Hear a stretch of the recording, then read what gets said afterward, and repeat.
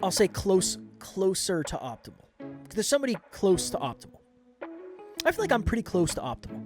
But it's like wherever you are, the advice, it's almost, oh man. Okay, the closer to optimal you are, the more the advice matters, but the less it moves you. You've been more accurate than me on many things, and I've been more accurate than you on many things. I only want to figure out who's more accurate. That's all I care about. And here's the thing. I think a lot of people want to believe they're accurate. I live in the perpetual belief that I'm not. Next Level Nation, welcome back to another episode of Next Level University, where we help you level up your life, your love, your health, and your wealth. Today, for episode number 1949, how do you know if the advice you're getting is good? Was on a wonderful podcast today with a gentleman from, might have been Ireland, I'm not sure. And he said, obviously, you're someone who's coached a lot of people, you've been coached by a lot of people, blah, blah, blah, all that stuff. How do you know whether or not the advice you're getting is good or bad? And I was like, it's a really good question. And if I was going to try to provide an answer that would cover the most amount of people and not be wildly specific, I would say, if the advice that you're receiving is 100% in alignment with what you already believe, that advice probably isn't what's best for you, because it doesn't force you to think about anything. And then I went to the example of, right now, there's probably somebody listening who works 90 hours a week, and here I am talking about how we grind and we're consistent and we never miss and blah, blah, blah. Like, I don't think that person really needs to hear that, honestly. That person might need for you to have somebody on here who's going to talk about taking 20 minutes of meditation and explaining why it's not a waste of time. Because that's what they need, probably. They already got the grind, they got the consistent, they got that. They don't need me to come on and talk about how you got to work really hard to get to where you want. I said, but on the other end, if you were to have that person who comes on and talks about how 20 minutes of meditation is never going to be a waste of time for you, there might be people on the other side of the polar opposite where they are super spiritual and everything is the law of attraction and manifestation and divine timing and all that. And I said, they might need someone who comes on and talks about how grit is going to be one of the intangibles that is beneficial for them in their journey. And I said, you can see how we fall into the trap of only taking the advice that aligns with our existing beliefs. Now, I'm not saying your existing beliefs aren't true, but you're probably already really good at the thing that you're really good at. And you're hopefully already doing the thing that you know you should be doing, but there are some other things that might be supplemental that you're not tapping into the power of yet. And that was my answer to that question. Because other than that, how do you really know? I mean, the person has a result that you want. It looks like they're living a life that you would like. But outside of that, you get to know the person at a really deep level and find out that they're not a fraud. That's core values, core beliefs, core aspirations. Everything's in alignment with that. And that's a piece of it too. But yeah, that's the answer I gave. I'm interested to see where we take it from there. Very hard question to answer, so strong work. I appreciate it. My brain went in a couple places. One is, are they leading by example?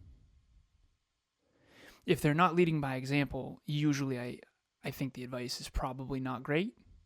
I had one person in the past, I was lifting, and they were trying to teach me how to deadlift, and they said, well, my brother's a personal trainer, and this person has never stepped foot in the gym. 7 degrees of Kevin Bacon right there. It's like, I know somebody who knows somebody who knows somebody that knows Kevin Bacon. It's like, well, you don't know anything about acting then, because you don't know Kevin Bacon personally. But my friend's cousin, twice removed, knows how to deadlift. So number one is, are they leading by example? That's a big tell, I think, is someone who has either done it or is doing it. But again, that's tough because I have some mentors in the past that, and this is something that's really hurt me a lot, and hurt is probably the wrong phrase. I was the overly naive ask everyone a question. I mean, you've seen me in rooms with people. I can't help myself but to just ask them everything they know. Yes. And so it was very hard for me over the last 36 years to really figure out who actually knew and who didn't. And the second part of this, so the first one was, are they leading by example? Number two, I have to benchmark it up against my existing understandings. And this is where there's something called first principles. So most people learn through story, metaphor, and analogy, and obviously all human beings do. If you read a science textbook, so we have these books strewn, Kev. Mm-hmm. Strewed or strewn? Strewn. Strewn, nice. Okay, strewn all across our house. And these books they're called 30-second books. So 30-second math, 30-second theories, 30-second genetics, 30-second chemistry, and they're awesome. And they're basically science books that they're one-pagers of concepts. So the Pythagorean theorem would be one page of this 30-second. It's not 30 seconds unless you're a super reader, so it's more than that, but it's a catchy title. But these books are all theory. There's no story. So in 30-second math, if they're explaining the Pythagorean theorem, here's where it came from, here's why it matters, here's how it works, boom. It's in one page versus that was a whole week in high school or whatever in geometry. So there's no story, there's no metaphor, there's no analogy, there's just first principles. So first principles are, what are these basic things? So for us, first principles would be, okay, the number one most important thing for any human being, I do believe, is self-belief. Okay, there's two types of self-belief, also known as self-efficacy. Belief type 1 is external achievement, self-belief. Belief type 2 is belief in who you are as a person, also known as self-worth. Okay, so that's really boring. That's why people don't do that typically, because it's alarmingly boring. Imagine a movie that was just facts and figures. Just be boring. You need a story, you need characters, you need character development, you need drama, you need some stuff. So most people learn through stories, and they don't learn through theory, and they don't learn through first principles. So I think you can only tell when advice is good based on if it has sound first principles. I base it against statistics, I base it up against science. And science, when you say science, I just want to unpack this. Science is the scientific method. It's I have a hypothesis, I have a theory, I'm going to test it with an experiment, I'm going to observe the results after that test, and I'm going to draw a new conclusion. And my whole life is, Emilia and I always say we're scientists. So Tucker was sick yesterday. We were trying to figure out why. We couldn't figure out why he wasn't feeling well. He was just weird. He wasn't throwing up or anything, but he was just weird. He was off. It's like, okay, is he upset because of mom not, taking him out of her office when she was working? Is he upset because he's eating a different food? We're also feeding him at 2 different times now. Did he just eat something around the house that he shouldn't have? And our current hypothesis is Emilia brought in a branch from a big pine tree a while back because it smells good. And then we looked it up. Apparently, the pine cones of a pine tree are not lethal to dogs, but the sap, I guess, is or could be if they ingest enough of it. So we think, okay, so we got rid of this fucking branch. I'm kidding. We got rid of this branch outside the back deck. Sometimes I throw it to the neighbor's yard. Yeah. Sometimes I say things because I know Kev is gonna laugh. But so last night we put, the fur babies into the bedroom, and then we took out this branch, and we're seeing if he gets better. Because I think it's the food. My hypothesis is it's the new food. It's obviously the new food. That's what my brain has calculated. She thinks it's the branch. I think I'm right, but of course I would. And at the end of the day, no one cares whether or not we're right or wrong. We just want to know the truth so that our dog can get better, right? And again, Tucker's fine. What's my point of all this? I benchmark everything you say, Kev, up against my understanding of first principles. And when I think you're wrong, I'll do something called Socratic questioning to help you understand that you're probably inaccurate. Or I'll just say, I think that's dumb. A hell of a relationship you and I have built over the years. well, even the answer I gave, I could pick that apart. Yeah, I could pick that apart for sure. It's just, that's why it's so hard, because this is the other thing. The other question was, let's say you're someone who's being consistent and you're focusing on improvement. Where do you find the answers to the questions you have? And I know it might sound like a dumb question, but it was ChatGPT is great. Yeah, I said I think books are probably the best because it takes years and years and years to put together a book. I said, I'm a podcaster. I love podcasting. But you can throw together a podcast in all of 10 minutes. And there has to be very little research, and there's no vetting, and you can say whatever you want. Because there's just no... I said, I think books are probably the best. And I said, but as you get more specific in what you need to learn, I think you have to get closer to a human. And again, ChatGPT is really good. But I said, I think that's why coaching and mentoring is so valuable, because if you come to me and say, I'm dealing with this problem, I don't have to talk to anybody else about what they're dealing with. I can talk directly to you about the specifics of your problem. But I can, in any answer you give, you can always pull it apart. I mean, there's some people who are doing it right. I guess, okay, let's play Kevin's advocate. If you're already grinding to the degree that you need to and practicing self-care to the degree that you need to, and you're in the middle, you're right around 5. Which is no one.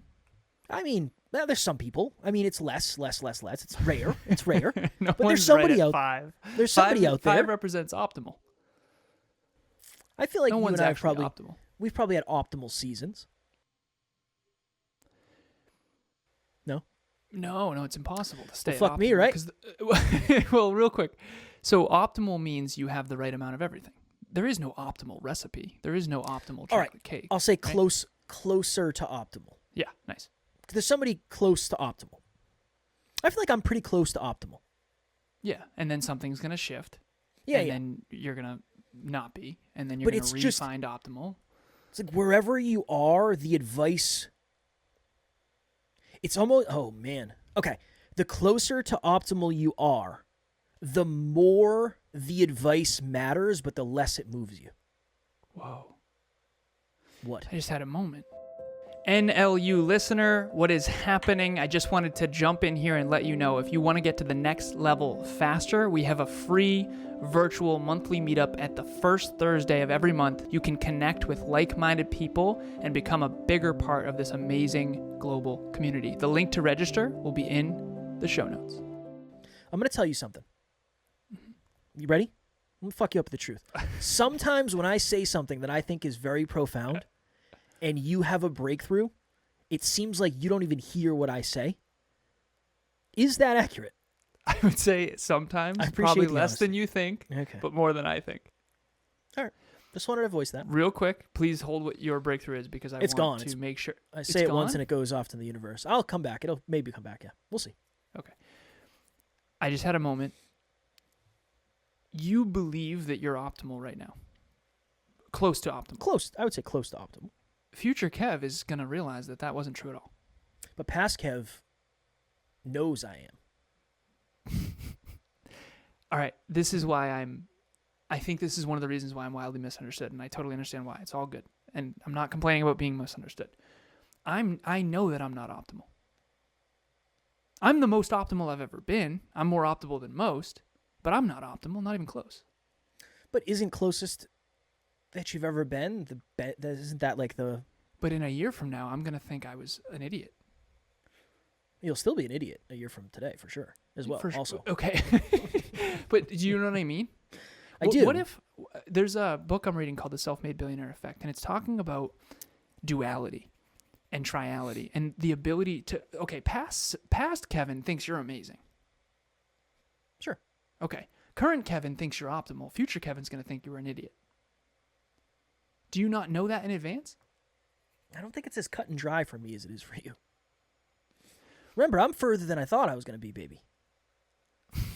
So, like, for me,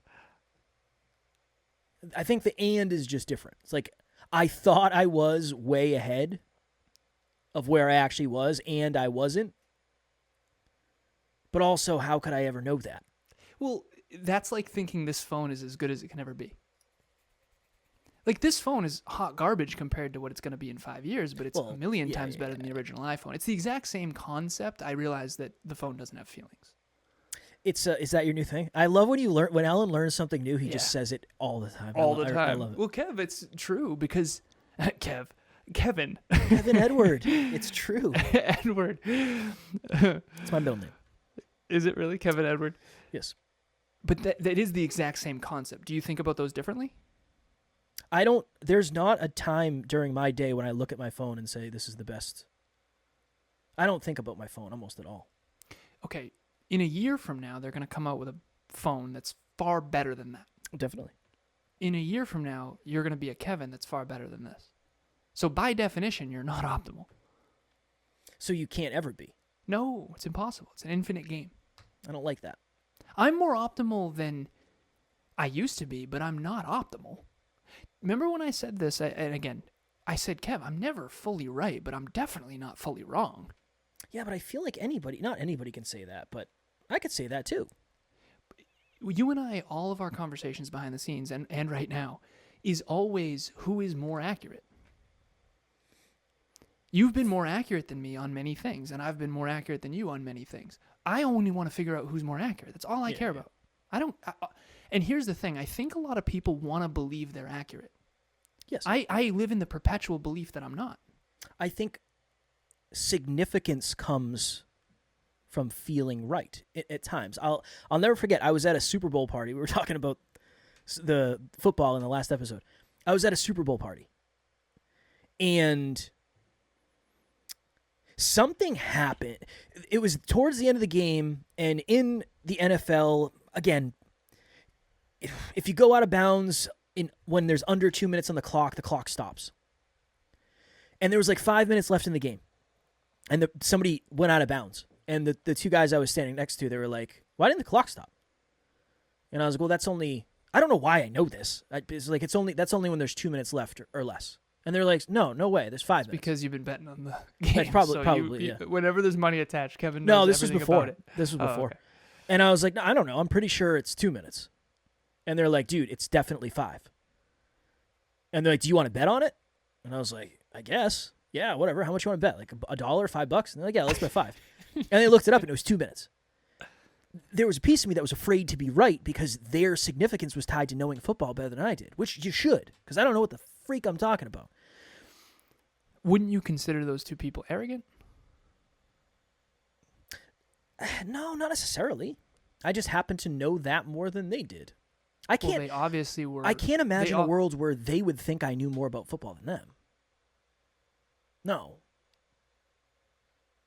These people follow football. I don't know. It's weird. And this comes back to duality. I assume people said, there's been someone in my past that said, you think you're always right. I said, no, I just find it difficult to move forward effectively on the opposite assumption. I actually think I'm always wrong. I just know I'm more right than you. Okay, let me ask you a question. Wouldn't they think it was arrogant of me to think I knew better than they did when they know more about football? Is arrogance revealed upon truth? Yeah, because arrogance by definition is thinking you're more intelligent than you are or thinking you're better than you are, which only can reveal itself after the experiment of the scientific method. Like you and I both have hypotheses about everything. That's what this podcast is. Kevin has a theory, I have a theory, and then we figure out who's right eventually. And sometimes I go, hey, man, my fucking bad. Often and then other times you go, dude, yeah. You'd be surprised often behind the scenes how many times I receive a message from Alan of like, hey, man, that's my bad. That's my bad. Usually when it comes to people, you're more accurate. Usually when it comes to business or systems or the economy, I'm more accurate. And I think that's actually flipping a little bit, which is cool because I'm finally figuring it the fuck out. But you tend to get good at what you need to survive. Agreed. If you think about it, right? You tend to get good at what you need to survive. To make this as tangible for everyone watching or listening, can you hold the duality that you are right and wrong simultaneously? I think that might be... Emilia's that way. She always assumes she's right and wrong at all times. All she cares about, we have this thing called the truth trough. It's a dumb name, but if you picture the Powerball when they put all the balls in it and it like they shake it up and then they put out the numbers, boop, boop. Her and I have talked about our past relationships, how our past partners, not all of them, but some of them that we can think of, they care about, they like sign their ball and they want their ball to pop out. Mm-mm. I could care less what ball pops out. I want the truth ball to pop out. I don't care if it's mine or hers. I just need to know. And someone would say, well, why do you need to know? Because if you don't know, what you don't know will hurt you. Like if you don't know that most people get divorced, you're going to be arrogant in your relationship and you're going to end up divorced. If you don't know that 94% of businesses fail over a 10-year period, you're going to basically be arrogant by default, thinking you're going to crush it when you're going to get destroyed. If you don't know that 90% of people who succeed in business actually work their face off and you're sitting there on the couch, like, it will hurt you eventually. Delusion hurts you no matter what eventually. If you don't know cigarettes kill you and you smoke, you're potentially going to die of, cancer. That's why I care so much about accurate thinking. If you think that the rocket going this way is going to hit the moon, you're going to fly off into space. Like, it is life or death. It just doesn't feel that way. Like, you got farther than you thought you'd get because you've become more accurate over time and you've made more effective choices that have allowed you to become more successful than you anticipated. Self-made. Completely. Hey, none of the books. Self-made. Yeah. Did it all. Did it all. Myself. Self-made. Yeah, I had I nothing have a course to do. on it too. Hey, I have a course on it too. Okay, How much is it? $5,000. You can become self-made too. As well. All right. Speaking of rockets, I'm currently reading "Think Like a Rocket Scientist." I need a book recommendation. Oh, it's awesome. We'll save it. Big We'll fan. save it for off the air because I know you'll think about it. But I need a new book recommendation, so I went back to "Think Like a Rocket Scientist." Very interesting fan. Great book. It was very interesting where the author said, when I heard somebody talk about psychological safety, I thought it was a joke. It's like, how could you ever think psychological safety is a joke? But that this person is hyper rational. Rocket scientist. Makes sense. Very interesting. It was very interesting. Okay, we got to go. Make sure you're subscribed so you never miss an opportunity to get to the next level. Book club every Saturday, 12:30. Meetups, you hear them in the Midtro every first Thursday of the month, 5 p.m. Eastern Standard Time. Next Level Dreamliner is on Amazon. We'll have the link in the show notes. As always, we love you. We appreciate you. Grateful for each and every one of you. And at NLU, we don't have fans. We have family. We'll talk to you all tomorrow. Stay next level. Next Level Nation.